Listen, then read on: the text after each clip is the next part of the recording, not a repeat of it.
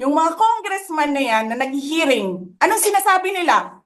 Pagkatapos, pag na-off na ang mic, pag wala ng media, pasensya na kayo ha.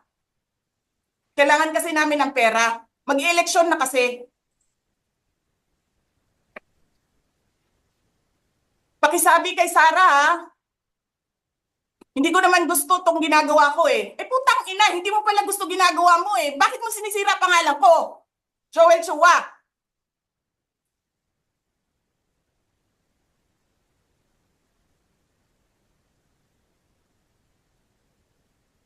Ganyan. Ganyan ang bansa.